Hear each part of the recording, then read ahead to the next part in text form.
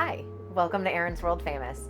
I'm Erin, and on today's episode, we're going to be making Juicy Lucy burgers topped with onion strings and a homemade burger sauce. Here's the list of ingredients you'll need to make today's recipe. 2 medium to large onions, 2 cups of all-purpose flour, 2 cups of milk, 2 tablespoons of white vinegar, a teaspoon of salt, a teaspoon of pepper, and then your spice blend, which is going to be 1 tablespoon of paprika, 1 tablespoon of ground cumin, a teaspoon of dried oregano, a teaspoon of onion powder, a teaspoon of garlic powder, a teaspoon of ground thyme, and a pinch of cayenne. For your sauce recipe, you're going to need a half a cup of mayonnaise, 2 tablespoons of ketchup, 2 tablespoons of horseradish, and then your spice blend, which is going to be a half a teaspoon of black pepper, half a teaspoon of salt, half a teaspoon of paprika, half a teaspoon of garlic powder, half a teaspoon of dried oregano, and 1/8 of a teaspoon of ground cayenne. And for your burgers, you're going to need 2 pounds of ground beef.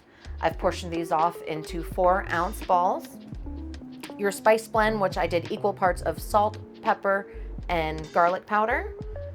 Your choice of toppings, I'm using lettuce, tomato, cheese to stuff your burgers, and finally, your choice of buns. For the full recipe, please check out the description below. We're going to start off by making the burger sauce. Take your half cup of mayonnaise, add it to a medium-sized bowl, add your ketchup, your horseradish, and your dry spices, and stir to combine. Once your sauce is thoroughly mixed, cover it with plastic wrap and refrigerate until you're ready to top your burgers. To start with your onion strings, you're going to take your 2 cups of milk and mix it with the 2 tablespoons of vinegar. This will make it kind of like a buttermilk if you don't have buttermilk on hand. And then we're going to slice our onions. When cutting your onions, you can use a knife and cut them thinly, or you can use a mandolin, depending on how thick you'd want your slices. If you choose to use a mandolin, just make sure to be very careful as they are very, very sharp. And see how thin these got these? That's exactly what you want. It'll be perfect for the burger, nice and crispy. Once your onion is thinly sliced, kind of break it apart with your hands and drop it into your milk and vinegar mixture. You're going to allow this to soak for about 30 minutes.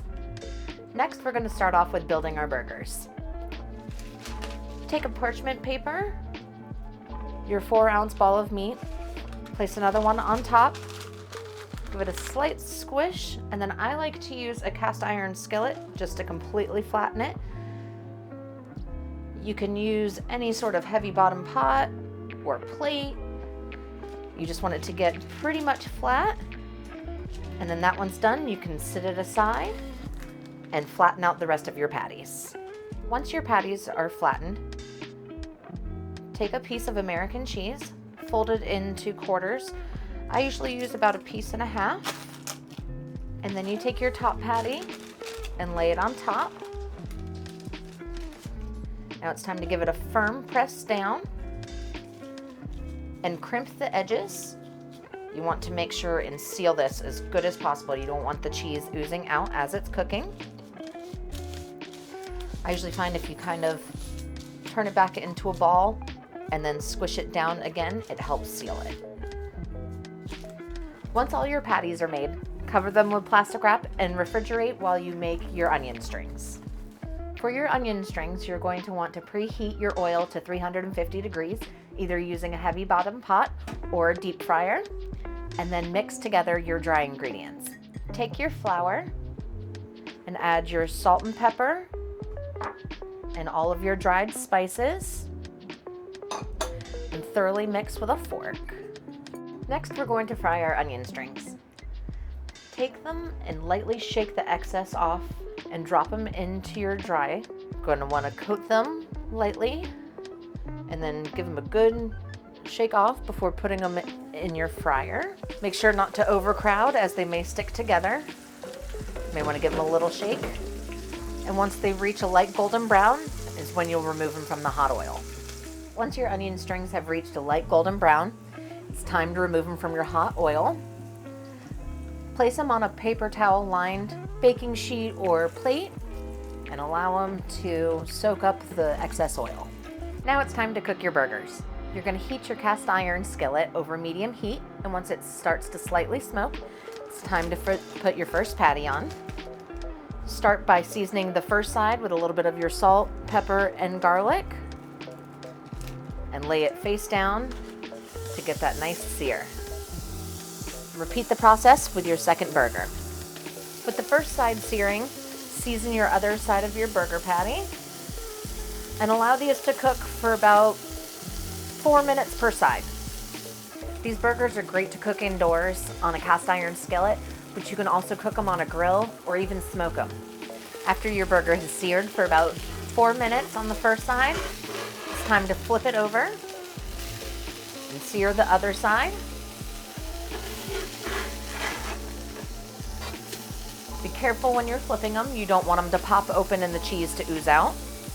Once you've gotten a couple of minutes of searing on the second side, I like to pop a lid on so that way it'll help melt the cheese and cook the rest of the burger on the sides.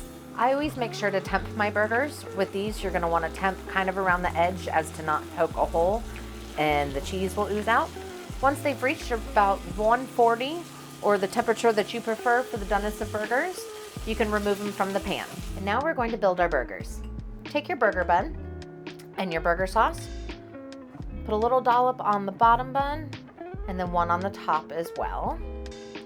Next, you're going to take your tomato and lettuce, place it on your bottom bun and your burgers next. And then you're going to want to top them with your onion straws.